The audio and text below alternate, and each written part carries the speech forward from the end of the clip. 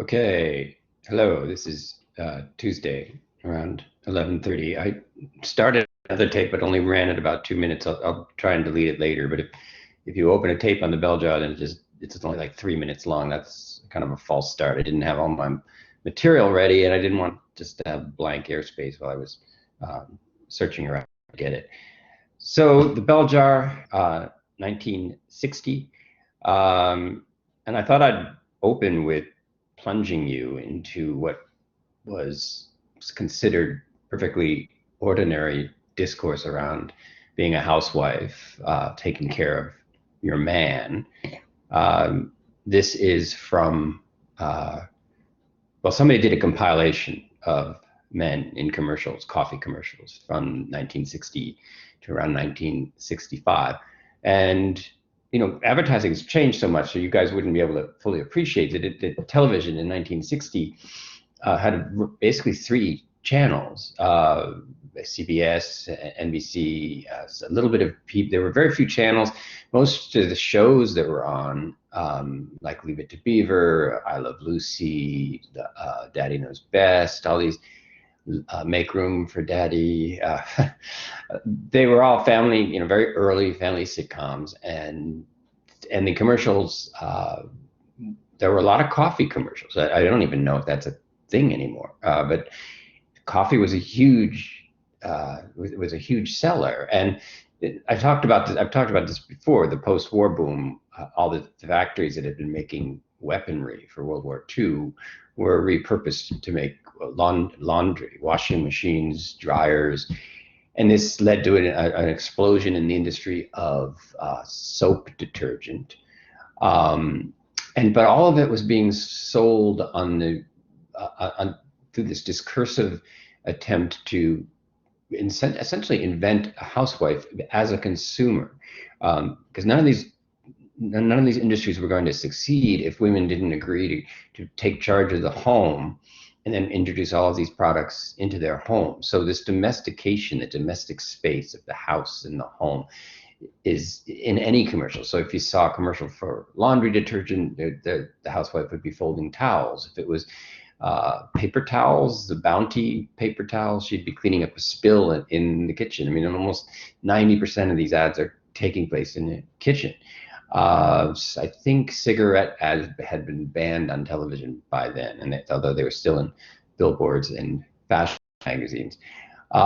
So coffee, now with Starbucks and everything, it's so different, but there was money to be made in coffee because coffee was the ultimate domestic beverage.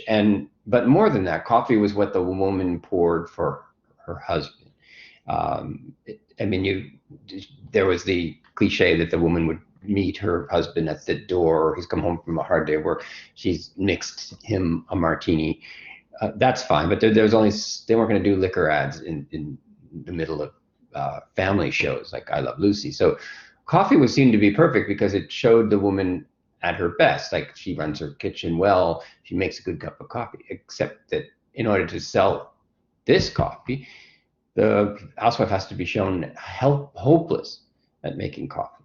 And I want to share this, and you'll probably have your own connections to the bell jar, but so much of what Esther Greenwood talks about, her frustration, I want to be a poet.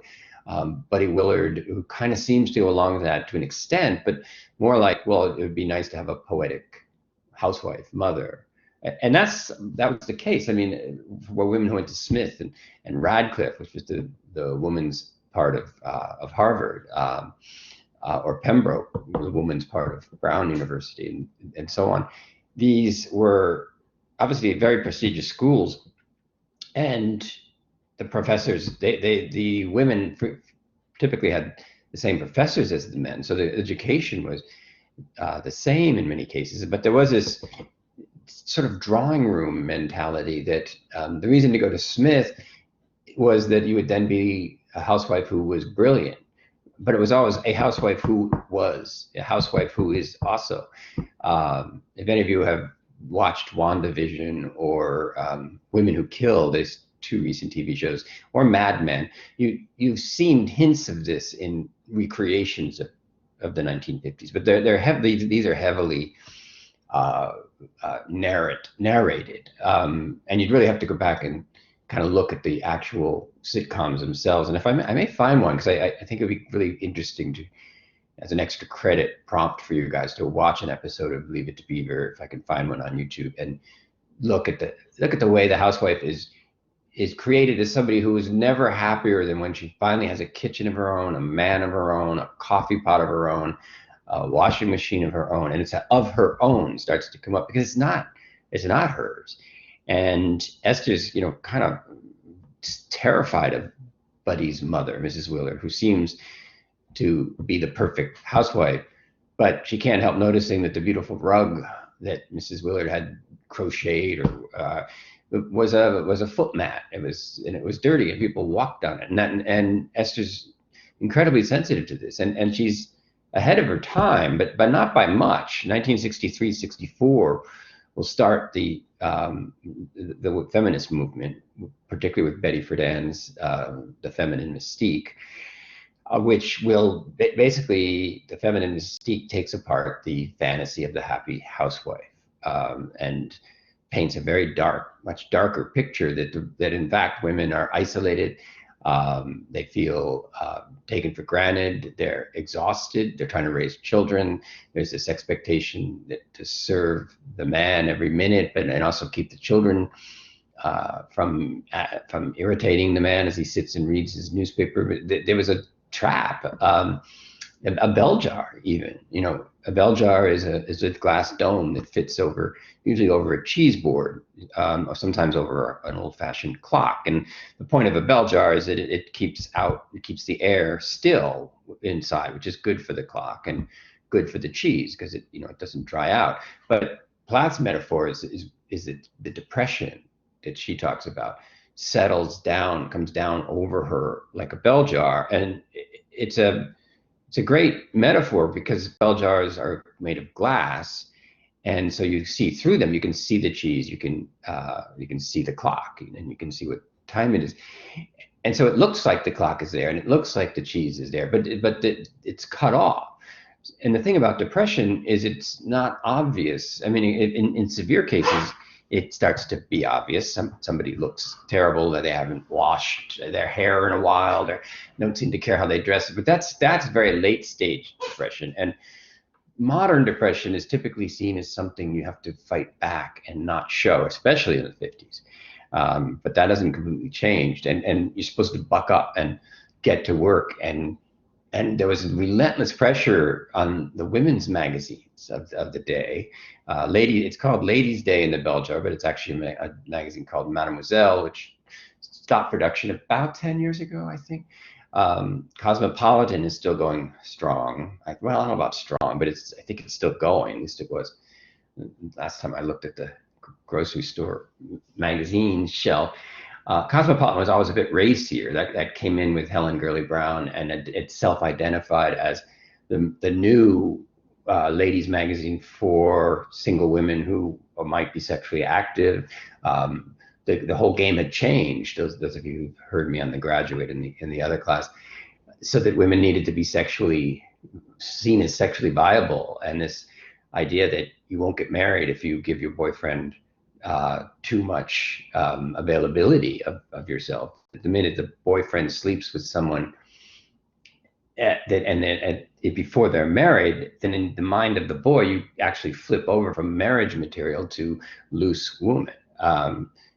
Obviously very unfair, because then the women of Plath's age were left with this strange, like, how do I appear sexual enough so that a guy's not is interested, and how do I hold back so that they don't think I'm loose, and then I'm likely to do this with other men, and that's not what they're going to marry. And a lot of boys, young men in the 60s, they really were, there was a part of them that was being told they want to marry a version of their mother. Not that they want to marry their mother. It's not incest exactly, but they want their wife to be as good a housekeeper as their mother had been. And then of course she would be their wife and the mother of their children, and obviously not in fact their mother.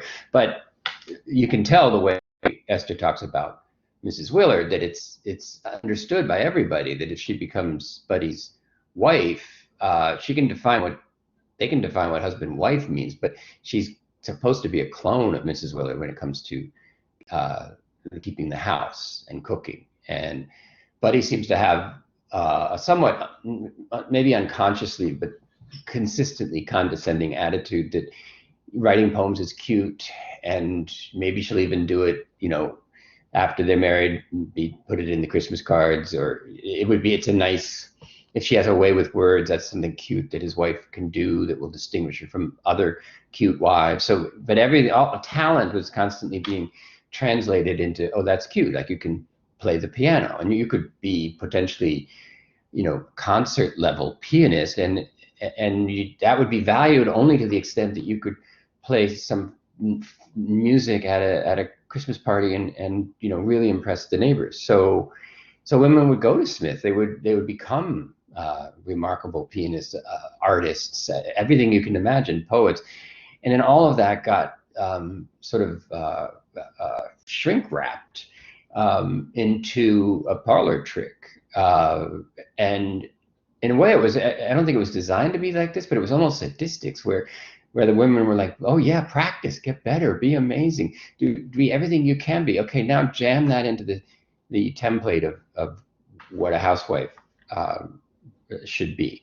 So I'm going to try and run this tape, and I don't know quite how to make this bigger, or how do I start this? This is so annoying.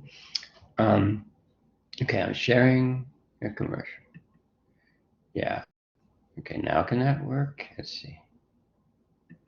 Okay, I'm doing better. Let's see. I'm just gonna run this through, and let's. I may stop it to narrate, but let's see. Wonderful anniversary, dear, and thank you for the flowers. You're welcome, darling.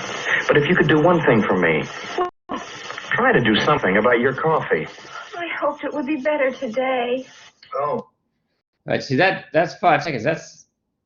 There's a shocking glimpse into the void of 1960s housewife. The privilege, of the man. I mean, he doesn't even bother to buffer it, and there's never even a hint that why doesn't he make the damn coffee? Since he seems to have some platonic ideal of what coffee should taste like.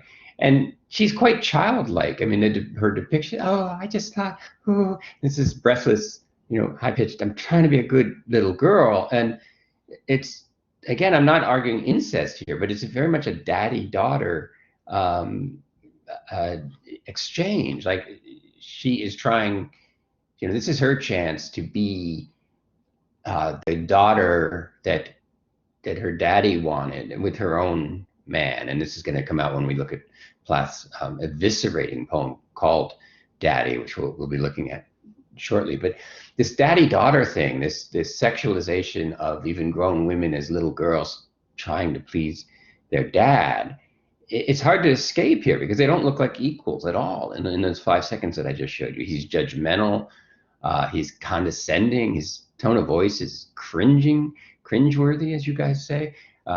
It's like, yeah, happy anniversary. And she's like, but if you could do just one thing for me. And she's like, what?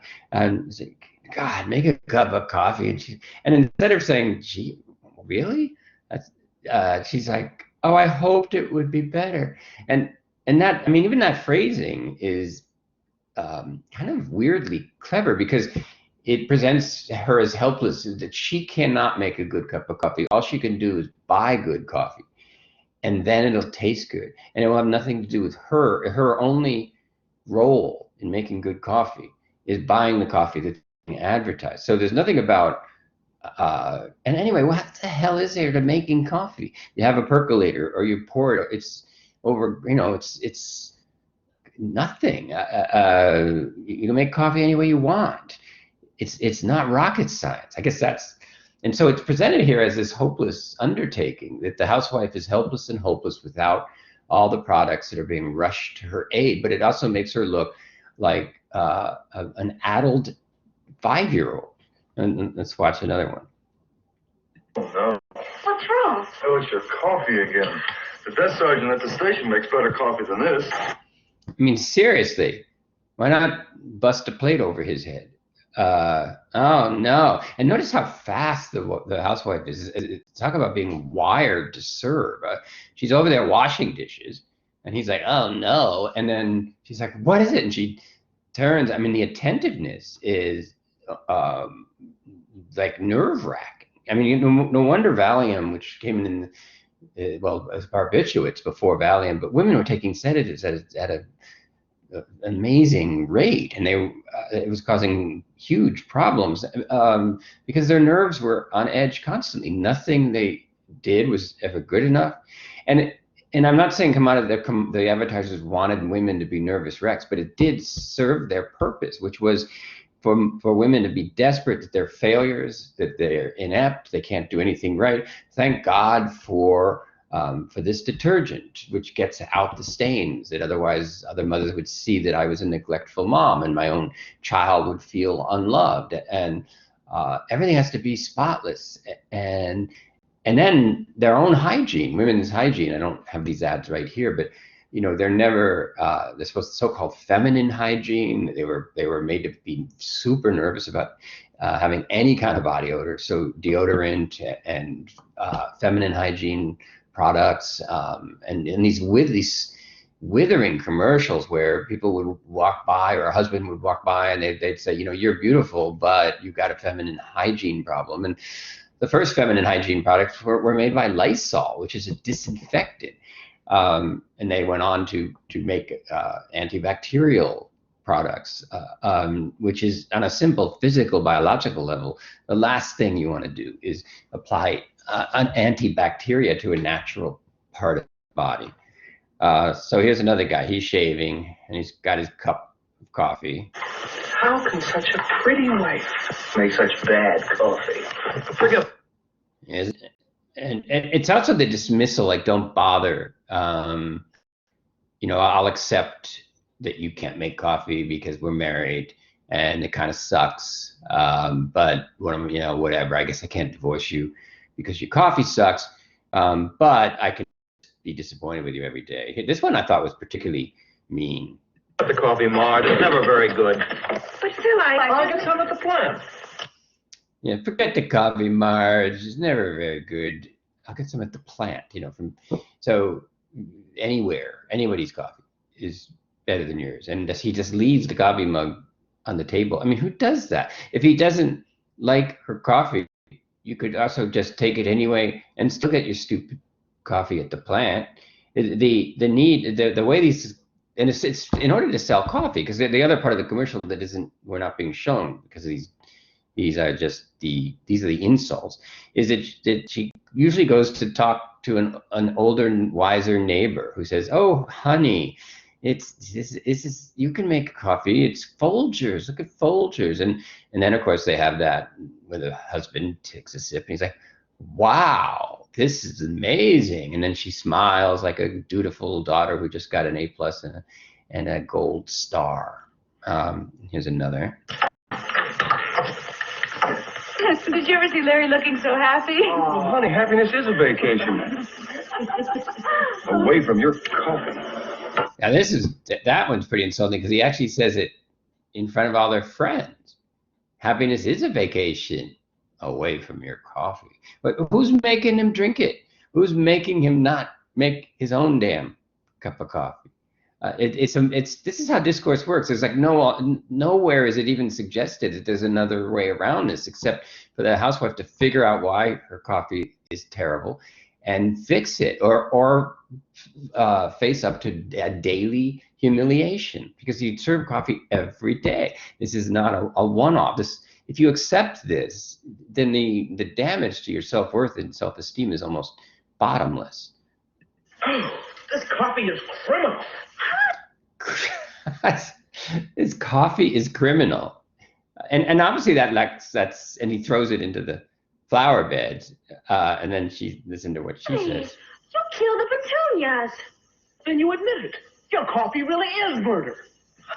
So that one's kind of played even more for laughs, but you know, he's got his finger in her face, and the energy and the kind of anger and domestic abuse is and was very real, particularly when these discourses suggest to the man that if your woman isn't up to the mark, you have to take steps up to and including hitting. I'm not saying these commercials are suggesting that women should be hit, but there were ads where there was a coffee ad where the man is spanking his wife because her coffee is so bad. So, and again, first of all, that's daddy-daughter stuff at best, but it's also playing late with domestic abuse. Nobody deserves to be hit because you don't like their coffee. Honey, your coffee just doesn't taste any good. Yeah, so that. Let's see. Wonderful anniversary, dear, and thank you for the flower. Okay, so that's that. Let me stop sharing. Okay, so it's me again, and I'm not going to say anything about your coffee. So I just wanted to do a really quick sense of, this is the world that Sylvia Plath grew up in. She was, her father and mother were both from Germany. They'd come over to the States in the 30s. He became a professor of entomology. I think bees, in fact, were his specialty. And she became a housewife, and they had 2 children, Sylvia and her brother Warren. And they didn't have a lot of money. Professor's salary it still isn't massive compared to others, although I think we professors may do a little better now. But of course, it was single income household because Aurelia, that's Sylvia's mother, was the housewife. So they scrimped, and they lived in Wellesley, Massachusetts, which was in the quote unquote poor section of Wellesley, which was not a slum by any means. It's not like McGill Street, but. And so she went to the same high school as very wealthy people, and had friends who were, almost everybody was wealthier than she was. And it was understood from the beginning that she'd be able to go to Wellesley College because they had scholarships for people from Wellesley. But if she wanted to go to Smith, which was the pinnacle, she'd need to get practically a full scholarship. And her mother wanted her to have the college experience and live on campus, and so they were going to have to pinch their pennies. And Plath began writing, and she sent in poems after poem and story after story, primarily to a magazine which may still be in print called 17, which is interesting. I mean, it's an interesting title for a magazine, because 17 is not cosmopolitan. 17 means this is how to be a young woman when you're still a virgin, and cosmopolitan is this is how to be a young woman when you're on birth control, and you're playing for higher stakes. You're playing for a husband versus, you go to the prom, or you're holding hands, and how much should you kiss, and how can you allow for the sexual side of things without crossing a line. And 17 magazine was very caught up in in kind of Mean Girls stuff, which was every bit as real, if not more so. And you can see this when she goes to New York for the Ladies' Day thing too, is women are the women of the 50s were presented as competitive with one another. So they're supposed to be best friends, but they're also competing for the best men.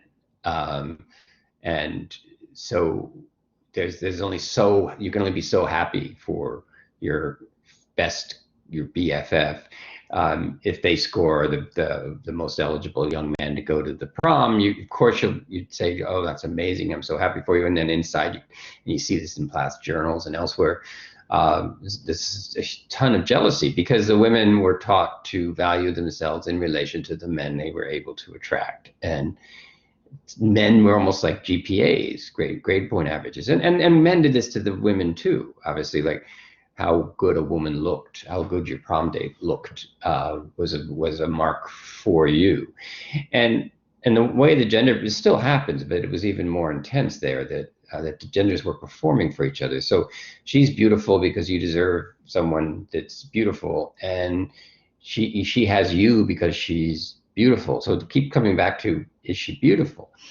And being beautiful in relation to the male gaze was also presented as a silent performance. Like, you don't want to talk too much. And there were endless articles in 17 and elsewhere about don't talk too much, you'll ruin the date. Don't talk about yourself, you'll ruin the date.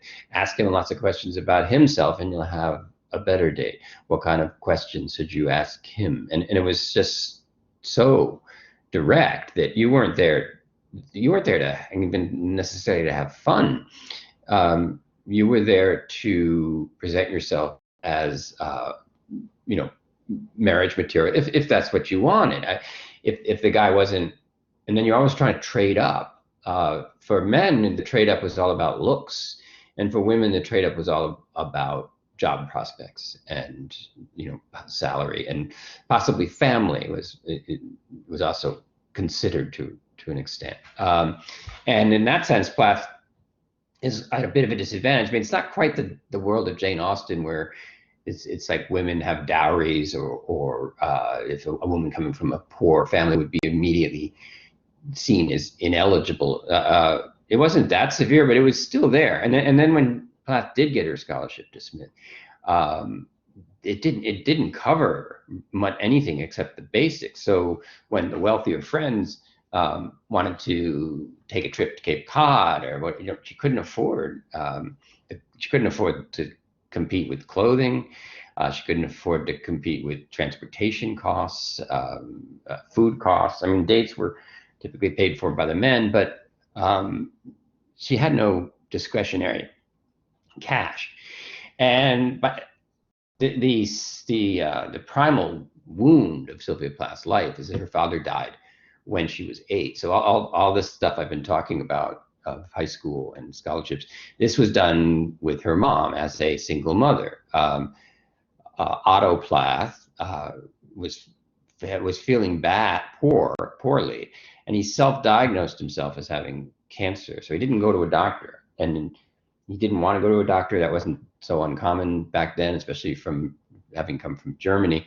And he said, I've got cancer. Either I'm going to beat this cancer or I'm not. There's no point. And there wasn't OHIP, so doctor's visits were expensive. So he just made the private decision to either beat this cancer or succumb to it. But what he wasn't going to do was die anyway and strap his family with endless medical bills.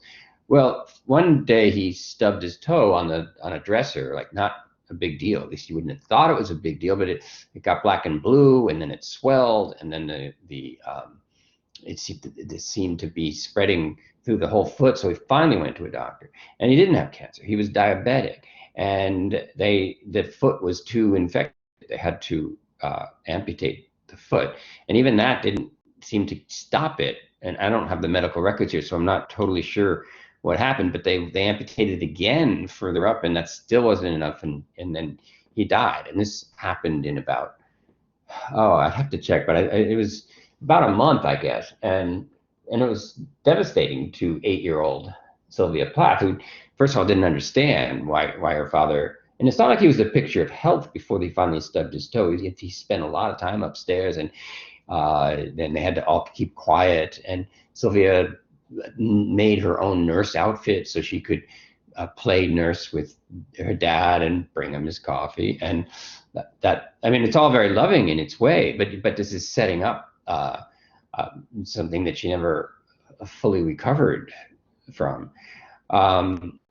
So let me go to reading. I'm going to read you a couple of excerpts from typical magazine copy. In fact, everything I'm reading here is from the August 1953 Mademoiselle, which is the one that Sylvia Plath guest edited, and that's the story that you see in the Bell Jar, where this in fact happened, and many good, very good American writers, women, did this thing where every August Mademoiselle had a contest, and it picked 12 women from universities all across the country, and they guest edited, they shadow edited with the 12 major editors of the actual magazine, and they did interviews, and they did all this stuff, and they got carried around town. It was great publicity for the magazine, and the August issue was the most fashion packed because it was the back to school issue. So it was a brilliant our campaign on the part of Mademoiselle. You've got 12 actual college women guest editing the back to school issue with all the new skirts, all the new bras, all the new girdles were still a thing, perfumes, colognes, and all kinds of cosmetic tips, dating tips. You know, it was a very, very important. It was the Bible of a young woman going to college. Very, very competitive, obviously. So, and PLATH won that. But believe it or not, it was and I have to convert this into how much $150 is now. But that's what they got. It's $150 for the entire month. Now, and they had to pay for their own food. I can't remember if they paid for the Barbizon or not. It's actually called the Barbizon. Esther calls it the Amazon in Belgium. I believe it's still in New York City, the Barbizon. At the time, it was described as a sort of a cross between a hotel and a girls' dormitory. So this was still, I mean, you couldn't get out of the lobby. If you were a man, you would go, and then the receptionist would say, "Who are you calling for?" And then they would have to come down. And you see something like that in The Graduate when Benjamin tries to go see her, and the roommate brings down a note. And the same thing at Smith. The men never got up; were never allowed past the lobby. So women, the women came and met them and then left, and then when they came back and checked back in, they had to check out and check in, and they had curfews, and then the men would leave, and so it was all conducted in the lobby. There's nobody, nothing was going to be getting up to the bedrooms. So here's one example of this is copy for a brassiere. Plain curves are for the math books. For captivating curves, try Hidden Treasure, the only bra designed to add perfection to the A-, B-, or C- cup. First of all, is that a thing? I don't think there are C- cups. I'm not an expert. Instantly transforms a blue bell into a dish fit for the gods. In parentheses, Shakespeare said it! Exclamation mark. Dish fit for the gods. So look at the transition here. The plain curves are for the math book, so geometry. But that's not going to get you very far. And boys are not interested in the fact that you know geometry. They're interested in your curves. So captivating curves, not curves in some math book. And then the bras, it's not called a brassiere, it's called Hidden Treasure. I think now there's a product called Miracle Bra or Wonder Bra, I think, which sounds like bread. Wonder bread, wonder bra. You know, what are they talking about? This treasure, this wonder. Clearly, it's this kind of packaging of the woman's body as a commodity, like literally packaging. And packaging had become very, very important, as it still is. Go down the cereal aisle and look at the different explosion and phantasmagoria of colors and graphics that cereal boxes are as they try and attract your gaze. So Luce Irigaray, a feminist critic, has in an essay called "Women as Commodities," which talks about a lot of what I'm saying. Here's a quote from her: "As commodities, women are two things at once: utilitarian objects and the bearers of value." And so utilitarian, and I'll be posting this, by the way, on discussions as the lecture note. So don't worry if you're not scribbling down everything I'm saying. You'll have a chance to read it at your own pace. But notice that in both cases, the women have no agency, going back to that issue of action, whether action is agency or not. So either a woman is a utilitarian object, she makes a good cup of coffee, or she's a bearer of value, but really the value of the man. So how she dresses, how she looks, how charming she is, how much other men look at her, how much other women envy her. That all of that bestows value on the household, on the husband, and the presumption, and this was something many women were taught to believe, was that ultimately gets back to the woman. Like, she wasn't being left out of this equation, because the more everyone, the value came full circles. Like, so she looked valuable, which meant her husband was valuable, which meant that she was in the presence of something valuable. But notice how that value she's only the bearer of value. She's a marker of value. She's not valued, or if she is, it's only in market terms. She's valued for the way she makes coffee. She's valued for what she looks like, whether she can play piano or be charming and witty. But all of these values are prescribed to her. And if you perform in according to a dictate that's imposed on you, and then you are given a high mark, an A+, whatever, it's not you, it's your performance. And we'll see that quite a bit when we look at Alfred Hitchcock's Vertigo and the final thing we're going to be doing in this class. So let's jump from right to that to a passage from the Bell Jar, because now I think that you'll probably appreciate it. Now, famously, the Bell Jar opens with, "It was a queer, sultry summer, the summer they electrocuted the Rosenbergs, and I didn't know what I was doing in New York." That's a pretty astonishing opening. And remember, this is going to be the voice of that sort of Smith Golden girl, the girl next door with the crisply ironed skirt. I mean, this is going to be one of the ways that it felt to grow up in those strictures. And this novel hit everything like a bomb. It was in 64, 63, no, maybe even 62 in England, where she was at the time. And it wasn't published in the US until 1971, not least of all because the publishers were worried about getting sued. I mean, everyone's given a pseudonym, but they all have real life counterparts of various kinds. The editors of Mademoiselle and Buddy Willard and all the rest, they're all actual people too. Although, as we'll see, there's a kind of Gothic splitting going on, where Esther Greenwood seems to be both herself and whatever woman she's hanging out with at the time. So Doreen is the sexy one, Betsy is the homebred country one, and it seems that when Esther's with Doreen, she feels sexy, and when Esther's with Betsy, she feels reserved. And that Betsy, Doreen are the perfect ends of the spectrum of what the young woman had to navigate. So virginal and country pure versus sultry and sexy, and you're gonna have to find the balance in between. So Esther is never really Esther. She's chameleon-like, and over and over again in the novel, she makes up her name, says she's from Ellie from Chicago, or she's never able to just be Esther, and she seems to just take on the flavor of whoever she's with. There's also, after a while, you begin to realize, and I'll show you the passages of certain blurring, that when she's describing things Doreen is doing, it may be things that Esther did, and then pretended to herself, at least, that it wasn't she who did that, it was Doreen. And the case where this seems to be particularly dramatized is when Esther and Doreen go to have a drink with Lenny and his sidekick, Frank. They come up to them in the taxi and say, "What are you doing here?" And Lenny Shepard, who's also based on a real disc jockey that was popular at the time in New York.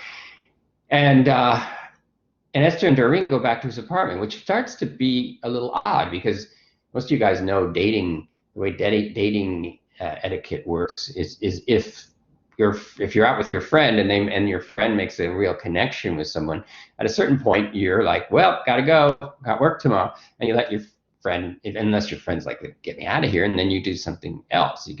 But if the woman's like, "No, this is good, I like this guy," so it's weird that why would Esther go back? Why would she trail after Doreen and Lenny? Her dates disappeared. He was apparently paid $5 by Lenny to be there in the first place, and then Esther describes herself sort of disappearing into the background as Doreen gets more and more sexual with Lenny until she finally sneaks out and goes home. But another way to read that, and this book was written shortly after Psycho, and Esther's not Norman Bates, but she does seem to have a split consciousness when it comes to sexuality. And it may have been Esther who stayed. There is no Doreen there, but she claims Doreen stayed there. And then when Doreen comes back to the dorm drunk, Esther won't let her in the room. And it's pretty cruel if you try and view this literally. But she locks the door, and the reason she gives is, I was afraid if I dragged Doreen into my room, I would never get rid of her again, or something like that.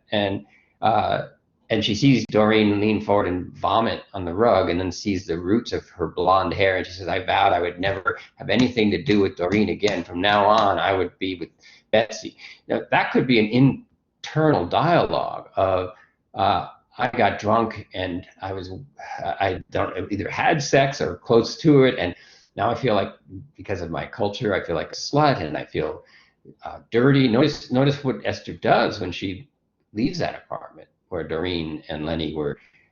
Doreen had her shirt off at the point where Esther left, or did Esther dissociate and continue on as Doreen, and but as though the Esther part of her wasn't there and wasn't responsible and didn't contribute to the scene.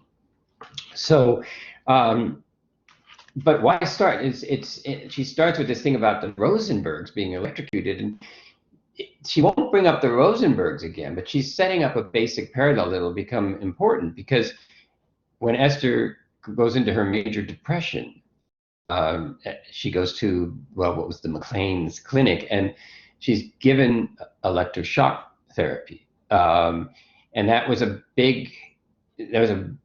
supposedly a big breakthrough in the 50s, along with lobotomies, which, if you can imagine, they were doing lobotomies at this same clinic, where violent women and men, if you've seen One Flew Over the Cuckoo's Nest, they're, unbelievably barbaric, where you would use a metal rod entered through the eye and sort of move it around in the cortex, and supposedly with a specific aim, but not.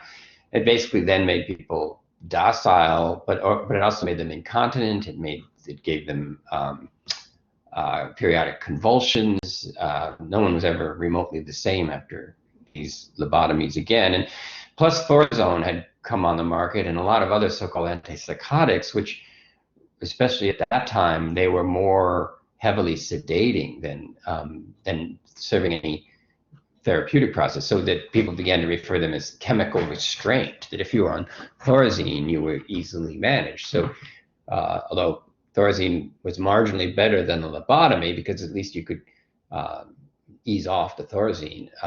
Some of you, if you've watched Queen's Gambit, you saw how it was kind of routine to give drugs from this massive, huge jar that they kept so that the women were more easily managed. And at that time, it was a golden age of pharmaceuticals. People weren't that convinced side effects were a big problem. So they didn't worry about addiction and dependency and things like that. So the reason she's bringing up the Rosenbergs being electrocuted is that she's going to be electrocuted. And obviously, she wasn't electrocuted to death. But Plath's point was, in this country, if you don't conform, you get electrocuted. Now, Rosenbergs, Ethel and Julius Rosenberg, it does, as best we can tell, Julius Rosenberg may have done some low-level espionage that really wasn't of that much use to the Russians completing their first atomic bombs. It's pretty clear that whatever Julius passed on was of such a low level that it was redundant. So, but he was tried as a spy, and the narrative that emerged is that he'd handed over the secret to the atomic bomb to the Russians, as if the Russians were just sitting around making can openers, and then Julius Rosenberg said, here's how you make an atomic bomb. They were right behind us, and they were just taking any intel they could get. And Julius Rosenberg wasn't particularly useful, but it suited the American narrative, because the Cold War really began when Russia launched the first satellite, not America, and it was called Sputnik. And it circled the globe, and nothing had ever done that before. And that meant that Russia, theoretically, this satellite was going across the United States, and America responded with almost a convulsion of their space program of their own, and then it began the Cold War, that the Russians had a nuclear bomb now too, and it could be launched, and children were taught how to crouch under their desks, which is ridiculous. Nothing would help. People started building shelters in their backyards, and it was kind of a whole menace. Senator McCarthy started his whole communist thing, that half the government was communist. There was panic everywhere. So Plath's setting that up right at the beginning, that the personal is the political. If I can go to, so let me go to one of Plath's poems called The Applicant. And I may have read this before. I can't remember if it was for this class or not, but I'll go through it pretty quickly. Just so remember those coffee commercials, because this is the kind of critique of that. First, are you our sort of person? Do you wear a glass eye, false teeth, or a crutch, a brace, or a hook, rubber breasts, or a rubber crotch, stitches to show something's missing? No? Well, then how can we give you a thing? So that opening line is important because it's addressed to the man. And we realize that in order for this to work, you can't just invent the housewife. You have to invent the husband. And the husband has to be persuaded that what he lacks, the housewife will supply. And if the man isn't clear on what he lacks, just like any consumer, how can you sell anything? And because this is clearly somebody who's gone to what seems like a used car lot to buy a wife. And the salesman, which is the voice we're hearing, is saying, how am I going to sell you a car if you don't tell me what you're missing? Because the whole point of this car is to be what you lack. So of course the car, or the woman, has no agency. Stop crying, this is to the man. Open your hand, empty. Here is a hand to fill it, and willing to bring teacups and roll away headaches and do whatever you tell it. Will you marry it? It is guaranteed. So notice, of course, the wife has become it. It's a new dishwasher. It's a washing machine. It's utilitarian. It's a bearer of value. To shut your eyes at the end and dissolve of sorrow, we make new stock from the salt. I notice you are stark naked. How about this suit? Black and stiff, but not a bad fit. Will you marry it? It is waterproof, shatterproof, proof against fire and bombs through the roof. Believe me, they'll bury you in it. Now your head, excuse me, is empty. I have the ticket for that. Come here, sweetie. Now finally the woman is being addressed. Come here, sweetie. Out of that closet. Well, what do you think of that? Naked as paper to start, but in 25 years she'll be silver. Silver is the medal for the 25th wedding anniversary. In 50, gold, and gold is for the 50th anniversary. A living doll everywhere you look. It can sew, it can cook, it can talk. It works. There's nothing wrong with it. You have a hole, it's a poultice. You have an eye, it's an image. My boy, it's your last resort. Will you marry it? Marry it. Marry it. So the man is also presented and called a boy, and Buddy Willard comes across this way too, that he's persuaded that to be a man, he needs the woman to be a certain kind of wife. So it does work. It cuts both ways. The men are taught that the purpose of their wife is to fulfill their sense of lack, and then they're told their sense of lack is presented to them. But this all services the market commodity system. And when I put this on when I put the notes that I'm reading from on the discussion website, I put some contemporary ads. For instance, for a lipstick called Infallible, the very first 6-hour lip gloss in just one step. It just has to be infallible, new, infallible, 6-hour lip gloss, one step, no touch-ups, no top coats, no feathering, no fading. A formula so hydrating, your lips stay soft, colorful, glossy for 6 shining hours. So that sounds like a new car with a new paint job and no dents in the color.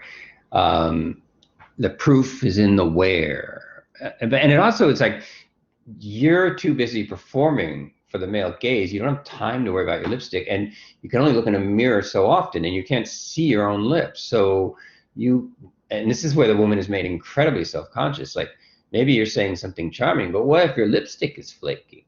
Then apparently you've blown it and you won't even know it, and you can't look in your little vanity mirror every 5 seconds or you'll look vain. So you need a lipstick that's got your back, and that becomes the point of sale here.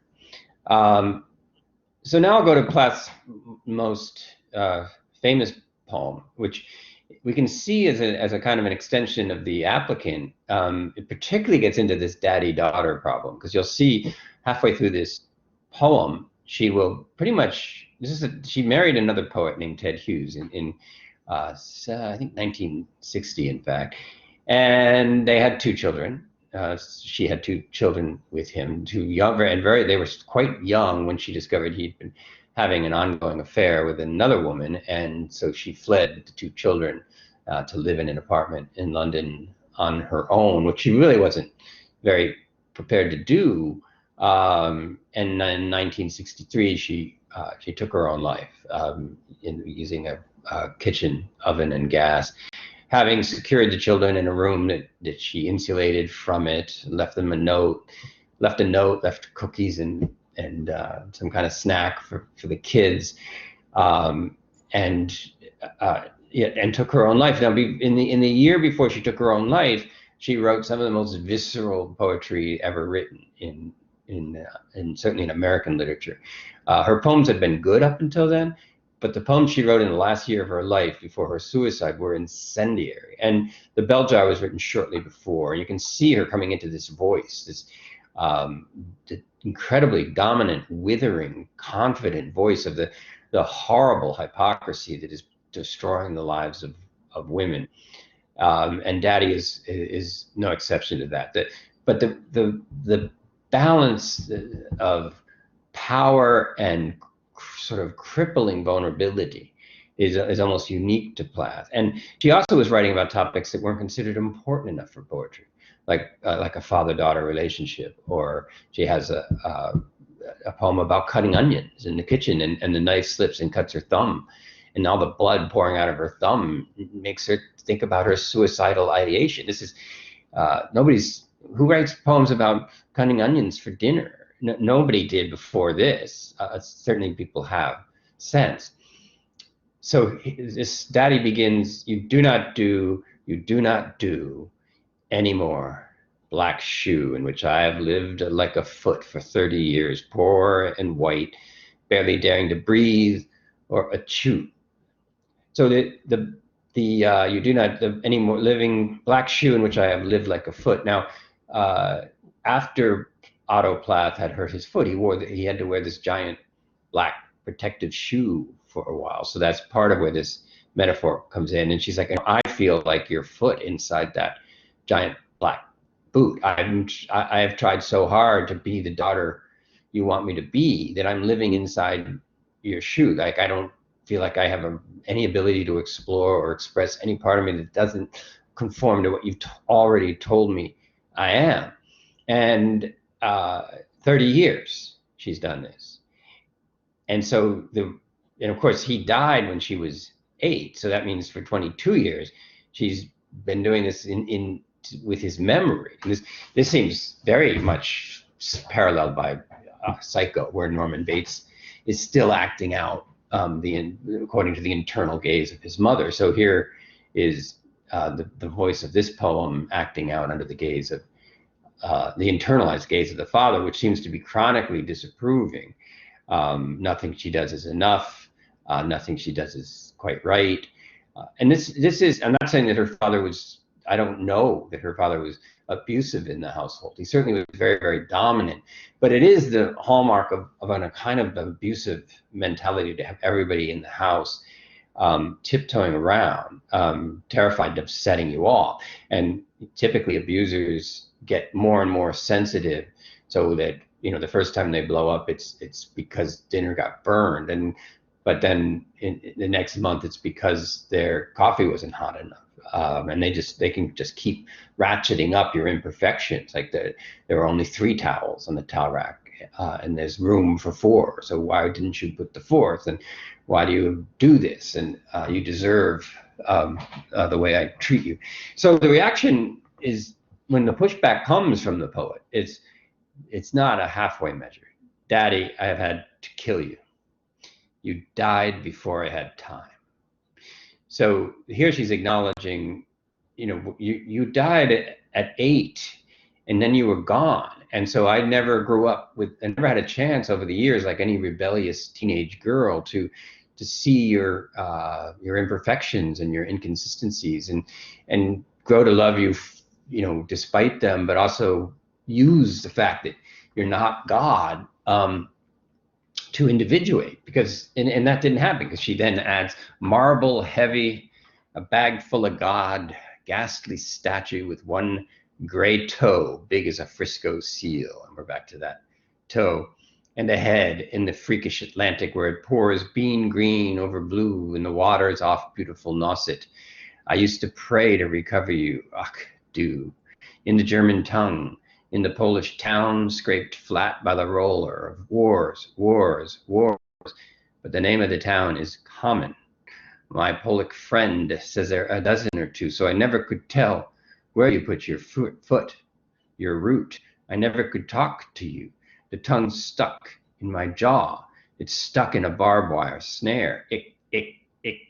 I could hardly speak. I thought every German was you and the language obscene. So Otto had a German accent, as did Aurelia. And Sylvia's trying to be the golden girl in Wellesley, and Hitler's on the march in Europe, and suddenly anything German is terrible. So Plath had another horrible secret, right? My parents are German, and her grandparents were too, and they spoke German. English was not a language they would use if they could avoid it. So she, of course, she knew some German, but never felt, but they discouraged her from learning German, because that was the idea back then, is to fit in. Her job was to go to high school and learn perfect English, and Lord knows she did that. So she wasn't, it wasn't like, what we sometimes see in Canada, where you can take pride in learning, hanging on to the language of your parents or your grandparents, at least as another language, and not be ashamed of it, and not hope nobody ever knows that your parents speak with an accent, or that your grandparents actually speak another language. And of course, this is also written in 1962, so the full horror of what Hitler had done, as we've talked about in this class before, pictures had been in Life magazine. They'd seen the crematoriums where people were burned. They'd seen, they'd seen what happened in Nagasaki and Hiroshima, and they learned how much of this was anti-Semitism, how much of this was an attempt to commit genocide on Jewish people. So she talks about that as that the language was like an engine chuffing me off like a Jew to Dachau, Auschwitz, Belsen.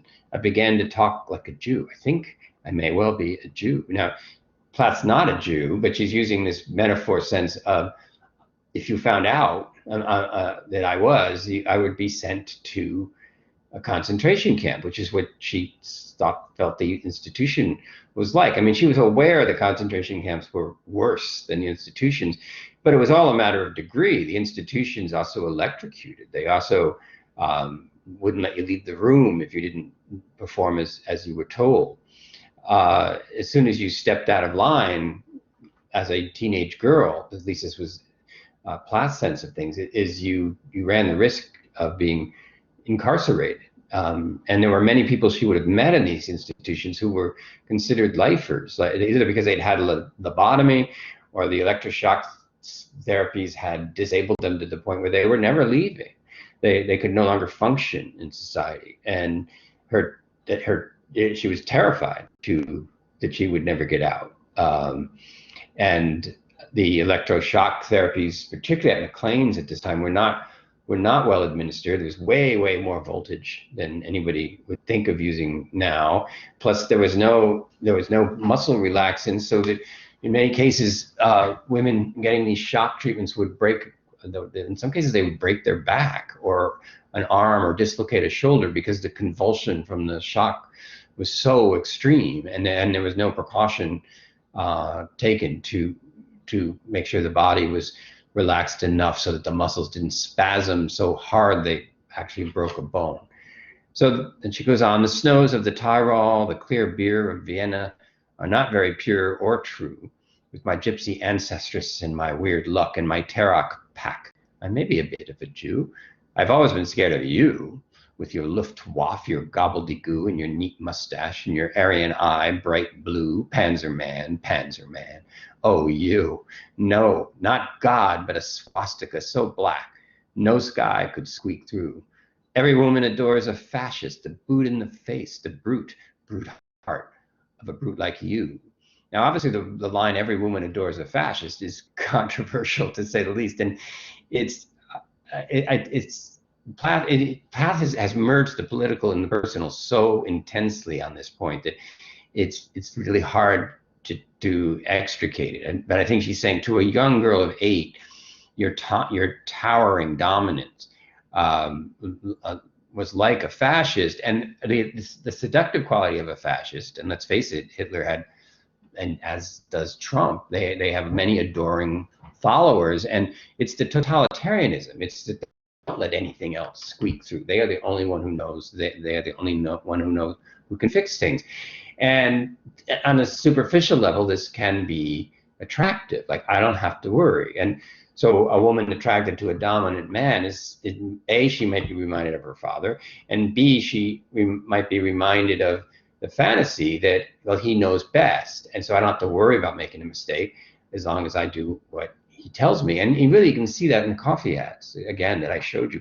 Although the man just complains about the coffee, the suggestion is you've got to keep up in your game until this coffee tastes good. But because there's nothing specific, there's abuse kind of built into this idea that even if the coffee gets better, what if he doesn't say anything?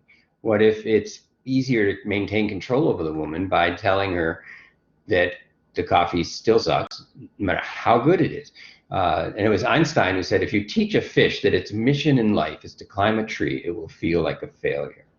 And a version of that was done with the women because the perfection they were asked for. And in one of her later poems, and I titled an article I wrote on PLATH with this line, she wrote, "The woman is perfected, her dead body wears a smile of accomplishment." So PLATH saw that behind these innocent cosmetic ads was a hatred of the actual physicality of the woman. Like, people wanted the woman to be a Barbie doll. Barbie dolls came into right around 1960. They were plastic, they were washable, they were perfect, well, quote unquote, perfectly proportioned. Although apparently to really look like Barbie, you'd have to have an 18-inch waistline and a 37-inch bust line. I think I read this somewhere, which is, without cosmetic surgery and who knows what else, is literally impossible. Plus, Barbie had her feet permanently fused so that she could wear high heels. So she's on her toes all the time, and she falls over. So even the Barbie doll, has already worked into its injection molded plastic the various containment strategies that were being imposed on real women. And now she talks about one of the few photographs she has of her father. "You stand at the blackboard, Daddy. In the picture I have of you, a cleft in your chin instead of your foot." There she's saying that, are you satanic? Do you have hooves? Do you have cloven feet? But no less a devil for that. No, not any less the black man who bit my pretty red heart in two. I was 10 when they married you, 8 in fact, but 10 here. At 20, I tried to die and get back to you. I thought even the bones would do. But they pulled me out of the sack and they stuck me together with glue, and then I knew what to do. I made a model of you, a man in black with a Mein Kampf look and a love the rack and the screw. And I said, I do. So this is her recounting marrying Ted Hughes. I made a model of you. And this is that daddy-daughter issue of falling in love with a man who resembles all of the emotional unavailability of the father, because it becomes a chance, or is perceived as a new chance. Her father's dead, and she's not going to be able to reach him. But what if she could find a man who's like, reminds her of her father, and then start over again, and this time get it right, and this time be a good enough daughter. Although now it would have to be a good enough wife, which is probably why his affair hit her so hard. It was, I mean, no one's going to like an affair in a marriage, but it was almost unbearable for her because her psychological state had predicated her having a successful marriage as having finally absolved the wound of her relationship with her father. And of course it never did. And Ted Hughes was a lot like her father, and he stayed a lot like her father. She wasn't able to change him in order to change history. So a man in black with a Mein Kampf look and a love of the rack and the screw. And I said, I do. So Daddy, I'm finally through. The black telephone's off at the root. The voices just can't worm through. And Plath found out about the affair when she picked up a phone, an extension phone, and Ted and his lover were talking about plans to meet. If I've killed one man, I've killed two, and that refers to the divorce. The vampire who said he was you and drank my blood for a year, 7 years, if you want to know. Daddy, you can lie back now. There's a stake in your fat black heart, and the villagers never liked you. They are dancing and stamping on you. They always knew it was you, Daddy. Daddy, you bastard. I'm through. Now that last "I'm through" is like one of the most ambivalent lines in poetry. Like, it can mean at least, I'm thinking, roughly three things. One, I'm through with this. I'm through with my husband. I'm through with you. I'm through with idealizing men and wrecking my life. It could also mean, and this would be kind of a similar reading, I've broken through to the other side, which many people would claim that these poems that she's writing, she's finally not holding back anything. And the violence and the pain and the blood are just right there on the page. But the third one is the most disturbing, especially given the reality of her suicide, which is, I'm finished. I'm done fighting this. I'm going to end it because it's hopeless and it's never going to stop, and I can't do it anymore. So all three of those readings are equally plausible. They just circle around the poem, and often that's the beauty and the genius of poetry, that it creates these ambivalencies that you can't unravel, and that can be frustrating to people who don't enjoy poetry. Like, just say what you mean. Well, no, if you can just say what you mean, you don't have to write a damn poem about it. You could just say what you mean. There's nothing wrong with that, but just don't expect it to be a poem. A poem is not knowing what you mean and trying to say it. And that ambivalency is throughout this poem. Like, I loved my father. I wanted to kill my father. I lived for my father. I want to die for my father. I'm passionately attracted to men who are like my father, but then I also let them drain my blood the way it felt like I used to do for my father, and so on. And it's seamless. You can't separate it out. So I'm somewhat conscious of time here. So I did want to take you to something, toward the close of that Jane. So there's a character named Jane, and Jane also becomes an alter ego. Every woman in this book is an alter ego of Esther, and in some ways Esther, well, in the case of Jane, Esther seems to kill off a part of herself, and not unlike this poem. Because one day Jane is also based on a real person, and Buddy Willard had asked, did date them both for a time, and maybe not so strangely, it seems strange, both of them wound up at McLean's, both of them had nervous breakdowns. They were separate women. So many women in their 20s had nervous breakdowns in the 50s. It was just an epidemic, and some were institutionalized, and some committed suicide, and some began using drugs. I mean, you can still see this, whether it's something as dramatic as Britney Spears or Lindsay Lohan. I mean, those are spectacular because they happen at celebrity level, but these things are going on quietly. I have to post this for you. There's a good op-ed piece in the New York Times today by the actress who played Matilda, and also played the daughter in Mrs. Doubtfire. And she talks about how she understands what Britney went through, but because she wasn't marketed for her sexuality the way Britney was, she in a way was luckier as a child star, and so she has a lot of sympathy for Britney. And she was trying to say, well, this is what it's like from inside the child star machine. And Britney was only 17 when the video "Hit Me with Your Best Shot," or no, "Hit Me Baby One More Time," which also has almost a Plathian resonance when you think about domestic abuse, and having a sadistic partner. You know, "Hit me, baby, one more time" could sound like, I don't know, "call me" or make them, but it also sounds like "hit me." And of course, she, in that famous video, she plays this kind of sex kitten, and she's not even 18. I'm not totally sure how that video is legal. I mean, I can't quite call it child porn, I guess, because everybody's clothed. But pornography is a mindset. It's not just, you know, how naked is everybody. And the kind of innocent kitten with claws, cat and mouse game that the video outlines. And Christine Aguilera did this. Madonna was much more in control of it. I mean, she performed the sex kitten, but she also made sure her contracts rewarded her. She started a bit later. Well, she became famous a bit later, and she was a tough businesswoman. But a lot of these young girls, and you can see this on American Idol, and you know, they get discovered at 14, and everything is done for them. And they're sent around first to shopping malls to sing, and then, you know, they're built up and they have more. Looks like they're having a fantastic career, but they're being managed and handled at every turn. So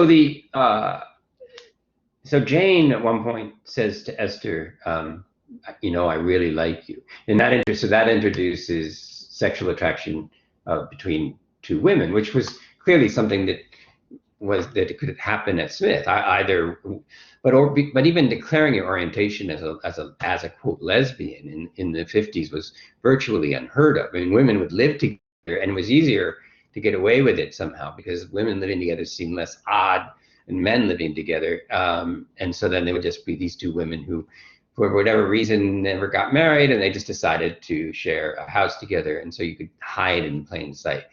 But Esther has to balk at, you know, she can't explore her sexuality at all. And is she attracted to Jane? Because the implication shortly is she runs off to Professor Irwin, and essentially says, "Take my virginity, like now," and sees herself as being kind of sacrificed on an altar. She has almost a homosocial panic that if she's attracted to Jane, she might be about to turn into a lesbian. She better go have sex and stop playing around. And Dr. Nolan, her psychiatrist, has already given her a diaphragm, or helped her get contraception. So the pregnancy part has been dealt with. Her mother is uninvolved in this. Whether a psychiatrist should do that or not is another interesting question. And the relationship with Dr. Nolan is a really interesting one, because it allows Esther to separate from her mother, but it's done rather abruptly. You know, "I hate my mother. Yeah, I'll tell her you can't visit anymore." So there's something to discuss there. But when Esther hemorrhages after the loss of the virginity, she, in a scene that seems to is more of a lurid nightmare than a reality, she rushes to Jane's apartment, and there's blood in her shoe, and she pours the blood out onto the carpet right in front of Jane, which seems incredibly dramatic. And it isn't long after that she hears, almost and by the way, that Jane has hung herself. And so, you know, this idea of killing people, you associate with someone, they make you feel things. Norman Bates is another example of this. And then you're so horrified at your own feelings that you not, in most cases, not literally, but you kill the other person who made you feel that way. So she's killed her father, she's killed her husband, she's killed her best friend. She left Doreen in the hallway in her own vomit. We can see how terrifying and limiting not having a center is, where you have to can only try and discover things about yourself by associating with other people, and then because you don't have a self to manage it or to control it, it comes through as terrifying. So sexual desire is terrifying, anger is terrifying, anxiety, everything is terrifying, because there's no center in you that you can locate amidst the feelings. Because it works with, ideally you have a kind of a self that you trust, and then you have all these confusing feelings, and you just try and keep setting them up. And this is where other people can help if they shore up the sense of self as you understand it about yourself, not the sense of self they want you to have for them. And so many women were left vulnerable because they internalized the father's gaze, the mother's gaze, the grandmother's gaze, and they were this amalgam of conflicts and unresolvable contradictions that just ran up against real life at every point. And the reality of her treatment at McLean's is that the implication is that when a young woman like herself has a nervous breakdown, the treatment is to get her back on the road again, just the way she was before. So again, the woman's treated like a car. So if the car breaks down, you don't ask the car how it's feeling and how that caused its breakdown. You figure out it needs a new carburetor or brakes or transmission or battery, and you get it back to what it was before it broke down. And that's fine if you're a car. But it doesn't work with people, and it speaks to the extent that women were considered machines in a way. Like the Stepford Wives comes to mind, a movie you may have heard of, where men actually replace their wives with animatronic robots that are, and that was an early novel from the 70s, and the movie version was filmed in my hometown of Darien. So I know something about this housewife psychosis. I saw it. I used to mow lawns in Darien, and I didn't know at the time really, but so many mansions with the woman there alone all day and paying me my $10 or whatever I was like, who are these people? What are they doing in that gigantic house? So I was sort of witness to this, but I was too young to be analyzing it the way I do now. But in the famous description of Esther leaving, she's very aware that in order to get permission to leave the institution, she has to go back. She has to give them a credible performance of femininity. It seems to have nothing to do with. It's like, are you ready to conform now? So I rose and followed her to the open door, pausing for a brief breath on the threshold. I saw the silver-haired doctor who had told me about the rivers and the pilgrims on my first day, and the pocked, cadaverous face of Miss Huey, and eyes I thought I had recognized over white masks. And let me back up a little, because she went through how she prepared for this. I kept shooting impatient glances at the closed bedroom door. My stocking seams were straight, my black shoes cracked but polished, and my red wool suit, flamboyant as my plans, something old, something new. That's kind of about weddings. She feels like she's about to get married somehow. This also reminds me of the applicant. She's about to leave the closet. Come here, sweetie. But I wasn't getting married. There ought, I thought, to be a ritual for being born twice, patched, retreaded, and approved for the road. I was trying to think of an appropriate one when Dr. Nolan appeared from nowhere and touched me on the shoulder. The eyes and the faces all turned themselves toward me. So notice it's about the eyes and the gaze. And is she going to pass the test? And they're all men. And guiding myself by them as by a magical thread, I stepped into the room. And she's already said, how do I know the bell jar won't descend again sometime, somewhere?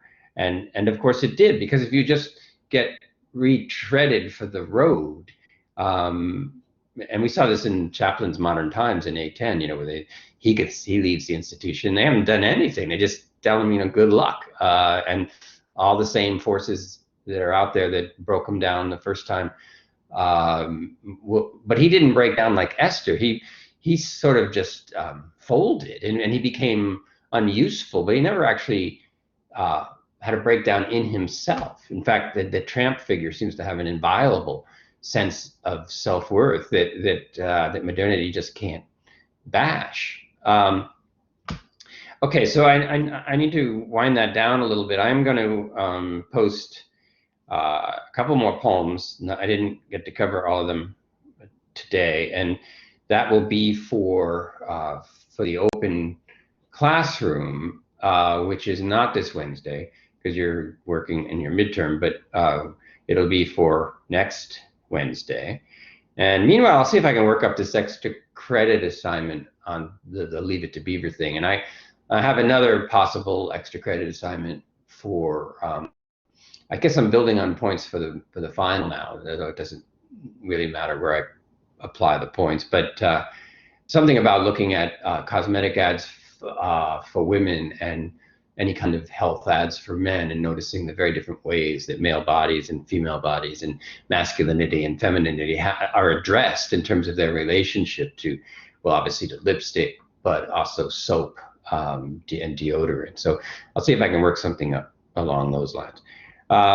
Meanwhile, stay warm and stay safe, and do read my notes, which I will post soon, called "The Woman is Perfected, Her Dead Body Wears the Smile of Accomplishment," Sylvia Plath in Mademoiselle magazine. This I've tweaked this a little, but this was actually a work that I've published and has been reprinted in almost, I don't know, almost every book of collected essays on Plath has asked permission to reprint my article. So I don't want to brag, but I don't want you to miss out on, because this article's been around for a while, but I was one of the first to draw attention to how important advertising was in the bell jar, and now almost nobody writes about the bell jar without starting with advertising. So that's one of those accomplishments as a scholar, when you give an interpretation of a book, and after that everyone is kind of like, well, we have to start there. But anyway, I hope you enjoy it. I will get it published on the site for you. Meantime, I'm going to stop